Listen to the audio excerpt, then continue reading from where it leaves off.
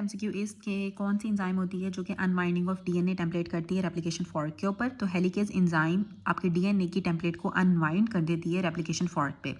जो misfolded proteins होती हैं और जब उनको गोल्जी अपरेटस जो है वो टैग करता है तो वो प्रोटियोसोम्स के अंदर जाती हैं, लाइसोम्स के अंदर नहीं जाती हैं। मिसफोल्डेड प्रोटीन्स को जब गोल्जी टैग करता है तो वो प्रोटियोसोम्स में जाती हैं, लाइसोम्स के अंदर नहीं जाती हैं। अब एक 2 साल का बच्चा था, उसको मल्टीपल फ्रैक्चर्स हैं बोन के और ब्लू कलर का स्क्लेरा है, तो उसकी डायग्नोसिस में होगा कि उसको ऑस्टियोजेनेसिस इम्परफेक्टा है।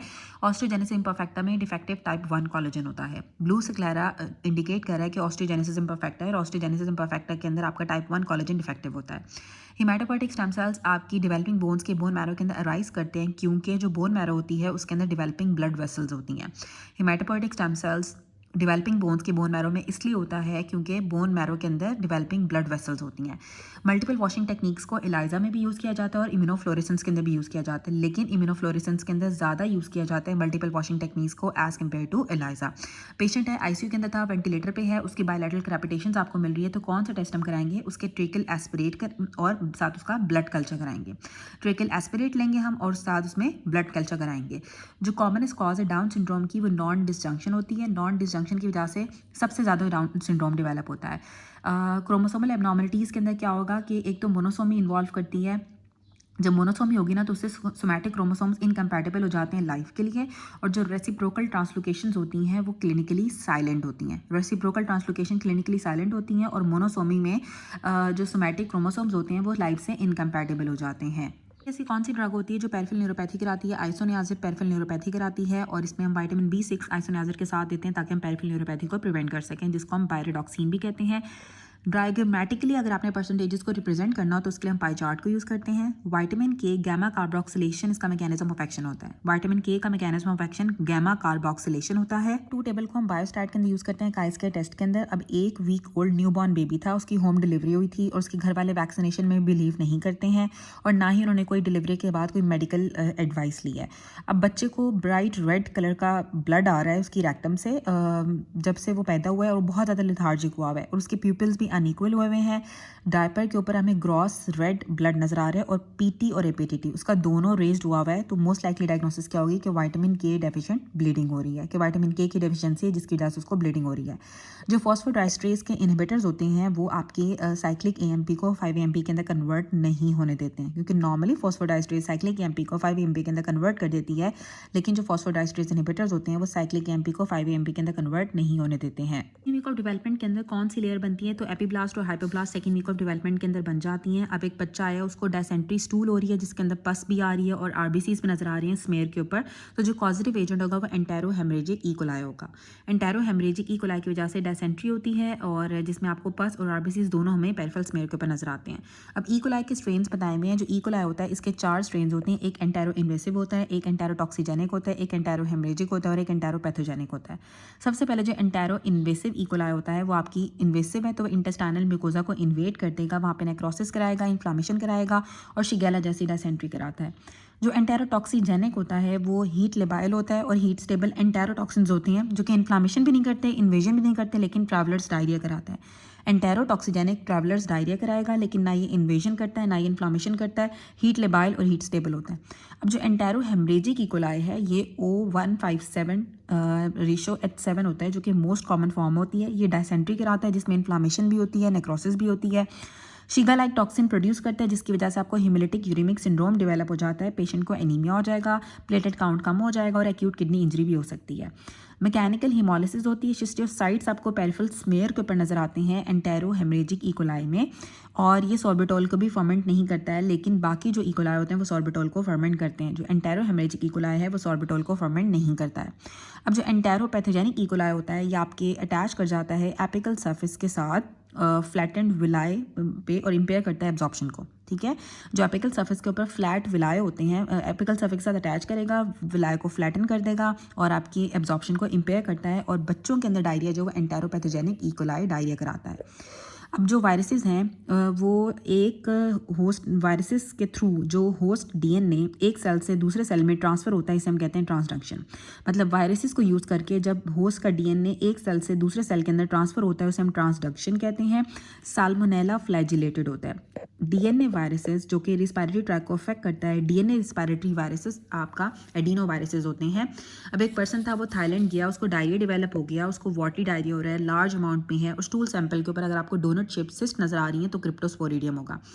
एड्स के अंदर जो डायरिया होता है वो क्रिप्टोस्पोरिडियम की वजह से होता है, और जो मेनिंजाइटिस होता है वो क्रिप्टोकोकस की वजह से होता है। अब एक सोल्जर है, वो 1 साल बाद घर वापस आया है और उसको वाटरी डायरिया था और डोनट शेप सिस्ट नजर आ रही है तो क्रिप्टोस्पोरिडियम इन्वॉल्व होगा।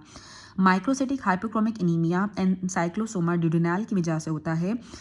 इमीडिएट प्रिकर्सर जो एल्डोस्टेरोन का और कॉर्टिसोल दोनों का जो इमीडिएट प्रिकर्सर है वो प्रेग्निलोन है। प्रेग्नोलोन आपका कॉर्टिसोल का और एल्डोस्टेरोन का दोनों का इमीडिएट प्रिकर्सर होता है।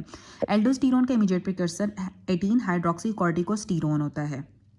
18 हाइड्रोक्सी कॉर्टिकोस्टेरोन एल्डोस्टेरोन का इमीडिएट प्रिकर्सर है। पैराफोलिकुलर सेल्स हमें थायराइड ग्लैंड के अंदर मिलते हैं। Anterior surface of the heart right ventricle बनाता है। अब एक पेशेंट का क्वेश्चन दिया हुआ था टॉफ का कि उसके 3 फीचर्स बताए हुए थे लेकिन चौथा फीचर्स नहीं बताया हुआ था। तो जो टॉफ के फीचर्स होते हैं, इसका निमोनिक है प्रूफ, पी से आ जाएगा पल्मोनरी स्टेनोसिस होती है, आर से राइट वेंट्रिकल की हाइपरट्रॉफी हो जाती है, ओ से ओवरराइडिंग ऑफ एओर्टा होती है, और वी से वेंट्रिकल सेप्टल डिफेक्ट्स होते हैं। Histology of the macula densa के ऊपर डीप बेसल लैमिना होता है। मैकुला डेंसा की हिस्टोलॉजी के ऊपर आपको फ्लैट सेल्स नजर आते हैं। मेमोरी लॉस या एमनेजिया टेम्पोरल लोब के डैमेज से डेवलप होता है। ब्रेन के अंदर लीजन है, जो सेल्स स्कारिंग में इन्वॉल्व होते हैं वो एस्ट्रोसाइट्स होते हैं। एस्ट्रोसाइट्स आपके सपोर्टिंग सेल्स होते हैं जो कि स्कारिंग में इन्वॉल्व होते हैं। उसके बाद जो फेदरी डिजनरेशन है हिपैटोसाइट्स की, स्टेनिंग के ऊपर क्यों नजर आती है? क्योंकि बाइल साल्ट्स और कोलिस्टेसिस की वजह से, ठीक है, बाइल साल्ट्स या कोलिस्टेसिस की वजह से हिपैटोसाइट्स की फेदरी डिजनरेशन हो जाती है। मेसेक्सोन्स जो होते हैं वो माइलिनेटेड एक्सॉन्स की ही शीट में प्रेजेंट होते हैं, ठीक है। जो माइलिनेटेड एक्सॉन्स की शीट ऑफ माइलिनेटेड एक्सॉन्स के अंदर मेसेक्सोन्स प्रेजेंट होते हैं। डिप्थीरिया की डायग्नोसिस के लिए हम कौन सा टेस्ट करते हैं? डायग्नोसिस के लिए हम थ्रॉट और स्किन स्वैब लेंगे और उसका स्मेयर भी कराएंगे और कल्चर भी कराएंगे। हिपैटोस्प्लीनोमेगैली के साथ अगर एक पेशेंट की 65 ईयर एज है और उसको कोई ब्लड ट्रांसफ्यूजन की हिस्ट्री नहीं है और उसको माइक्रोसिटिक हाइपोक्रोमिक एनीमिया है तो ये थैलेसीमिया होगा। एक यंग बच्चा है, उसको बुखार हुआ, स्ट्राइडर है, और इमीडिएट डायग्नोसिस के लिए हम स्टेनिंग कराते हैं। अगर एक पेशेंट को लोकल एब्सेस है, साथ मल्टीपल ड्रेनिंग साइनसेस नजर आ रहे हैं सर्वाइकोफेशियल रीजन के अंदर, तो जो मेन कॉजेटिव एजेंट होगा वो एक्टिनोमाइसिस एरिलाई होगा।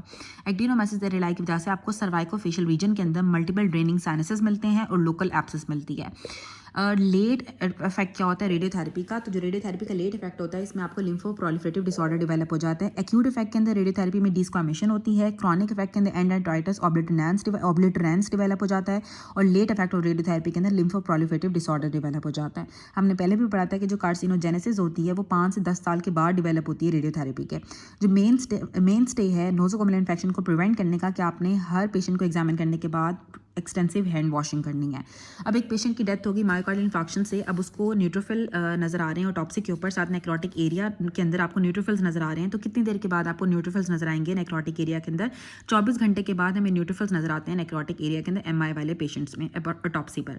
अब एक 7 साल का बच्चा था, वो इमरजेंसी डिपार्टमेंट के अंदर आया है, उसको वो एक्सपीरियंस करे कि उसको रिस्ट फ्रैक्चर हुआ है, लेकिन वो ना कहीं गिरा है, ना ग्राउंड पे गिरा है, ना ही उसके सर पे कोई चोट लगी है और ना ही उसके साथ ये पहले हुआ है। लेकिन पेशेंट के पेरेंट्स बता रहे हैं कि उस बच्चे को एक तो हड्डियों में दर्द रहता है, साथ कभी कभी वो बहुत ज़्यादा वीक फील करता है। जब आपने एग्जामिनेशन की तो उसकी रिस्ट जो है ना, वो जब आपने पैल्पेट किया तो वो टेंडर है, साथ उसकी वैडलिंग गेट है, और उसका सीरम कैल्शियम भी कम है, उसका सीरम फॉस्फेट लेवल भी कम है, और अल्कलाइन फॉस्फेटेज के लेवल ज़्यादा हो गए हैं, और पैराथायराइड हार्मोन के लेवल भी ज़्यादा हो गए हैं। तो डेफिशिएंसी होगी, विटामिन डी की डेफिशिएंसी की वजह से उसको रिकेट्स डेवलप हो गई है। Plasmodium falciparum black water fever कराता है।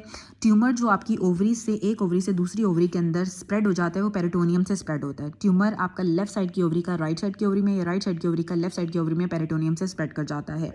नोड्स ऑफ रेनियर को हम माइलिन शीथ गैप्स भी कहते हैं। अब एक बच्चा है जिसकी हाइट जो है वो 3 परसेंटाइल से भी कम है, और उस पैथोलॉजिस्ट ने उसकी ग्रोथ हार्मोन की असेसमेंट कराई है। तो ग्रोथ हार्मोन के असेसमेंट के लिए हम इंसुलिन टॉलरेंस टेस्ट कराते हैं, या फिर जो है ना उसका फास्टिंग, अगर तो इंसुलिन टॉलरेंस टेस्ट ऑप्शन में नहीं दिया होगा तो फिर उसका हम fasting early morning growth hormone levels कराएंगे। अब एक बच्चा है, उसका गला खराब हुआ है और ग्रेइश कलर की मेम्ब्रेन आपको नजर आ रही है उसके थ्रॉट के अंदर। कॉर्निबैक्टीरियम डिप्थीरिया को आपने सस्पेक्ट किया तो उसकी डायग्नोसिस के लिए आप थ्रॉट कल्चर कराओगे। थ्रॉट कल्चर भी कराते हैं और ब्लड कल्चर भी कराते हैं। अगर दोनों के ऑप्शन दिए हैं तो आपने उसको प्रेफर करना है, अगर ब्लड कल्चर नहीं दिया हो तो फिर आपने थ्रॉट कल्चर को प्रेफर करना है। और एक बच्चा है, ठीक है, आपने कॉर्निबैक्टीरियम डिप्थीरिया की स्लाइड या बनाई है या कल्चर के लिए कॉर्निक डिप्थीरिया के लिए स्लाइड बनाई है, तो हम कौन सा स्टेन जो वो यूज़ करेंगे इसको डिटेक्ट करने के लिए, तो हम ग्राम स्टेन को यूज़ करते हैं और स्पेसिफिकली हम एल्बर्ट स्टेन को यूज़ करते हैं कॉर्निक डिप्थीरिया के लिए, क्योंकि जो कॉर्निक एल्बर्ट स्टेन को यूज़ करते हैं कॉर्निक डिप्थीरिया के लिए, क्योंकि जो एल्बर्ट स्टेन होता है वो मेटाक्रोमैटिक ग्रेन्यूल्स ऑफ द कॉर्निक डिप्थीरिया को डायग्नोज कर लेता है, या फिर स्पेसिफिक होता है मेटाक्रोमैटिक ग्रेन्यूल्स ऑफ कॉर्निक डिप्थीरिया के लिए। अब एक पेशेंट है, उसको पैल्पिटेशंस हो रही है, साथ उसका वेट लॉस भी हो रहा है, उसका हार्ट रेट भी ज़्यादा हुआ है, तो उसके लिए हम TSH कराएंगे, थायराइड स्टिमुलेटिंग हार्मोन के लेवल्स कराएंगे। कौन सा वायरस है जो कि DNA वायरस ऑनली डिजीज कराता है, जो इन्फेक्शियस मोनोन्यूक्लियोसिस होती है वो DNA वायरस ऑनली डिजीज़ है।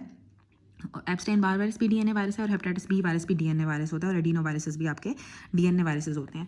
जो मोस्ट कॉमन कॉज है थ्रोम्बस की, वो आपकी पोप्लेटल फेमरल वेन होती है, पल्मोनरी एम्बोलिज्म की, सॉरी थ्रोम्बो एम्बोलिज्म की जो मोस्ट कॉमन साइट है ना वो पोप्लेटल आर्टरी है, और जो मोस्ट कॉमन साइट है पल्मोनरी एम्बोलिज्म की वो फेमरल वेन होती है।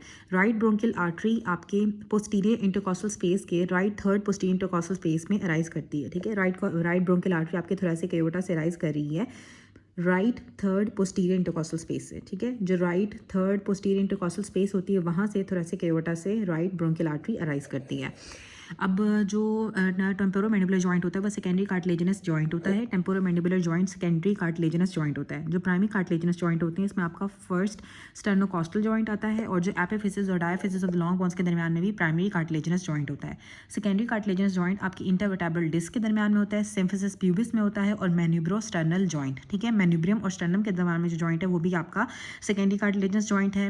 इंटरवर्टेब्रल डिस्क के अंदर सेकेंडरी कार्टिलेजिनस जॉइंट होता है। टेम्पोरोमैंडिबुलर जॉइंट भी आपका सेकेंडरी कार्टिलेजिनस जॉइंट है, और सिम्फिसिस प्यूबिस में भी सेकेंडरी कार्टिलेजिनस जॉइंट होता है। हाइलिन कार्टिलेज आपके जॉइंट कैप्सूल की लाइनिंग को लाइन करता है, ठीक है। Joint capsule, lining of the joint capsule के अंदर हमें जॉइंट कैप्सूल की लाइनिंग में हमें हाइलिन कार्टिलेज मिलता है। इलास्टिक फाइबर्स ज़्यादा ओपेक इसलिए होते हैं क्योंकि उसके अंदर डेंस इलास्टिक फाइबर्स होते हैं, ठीक है। इलास्टिक कार्टिलेज ज़्यादा ओपेक इसलिए होता है क्योंकि उसके अंदर डेंस इलास्टिक फाइबर्स होते हैं। फैक्टर 8 एंडोथेलियल सेल से प्रोड्यूस होता है। अब एक पेशेंट है, उसको एनीमिया है, उसका हीमोग्लोबिन 6 है, उसका प्लेटलेट काउंट ज़्यादा हुआ है, और उसकी बोन मैरो हाइपर प्लास्टिक हो गई है, तो जो most like underlying cause of anaemia होगी वो आयरन डेफिशिएंसी एनीमिया होगा। अब ग्रुप ऑफ कैंसर्स जिसमें एक पेशेंट की स्टेज जो है वो T4 है, N1 है और M1 है। 5 ईयर सर्वाइवल रेट उसका सिर्फ 5% है। तमाम कैंसर के अंदर क्या चीज़ कॉमन होती है? तमाम कैंसर्स के अंदर केक्शिया कॉमन होता है।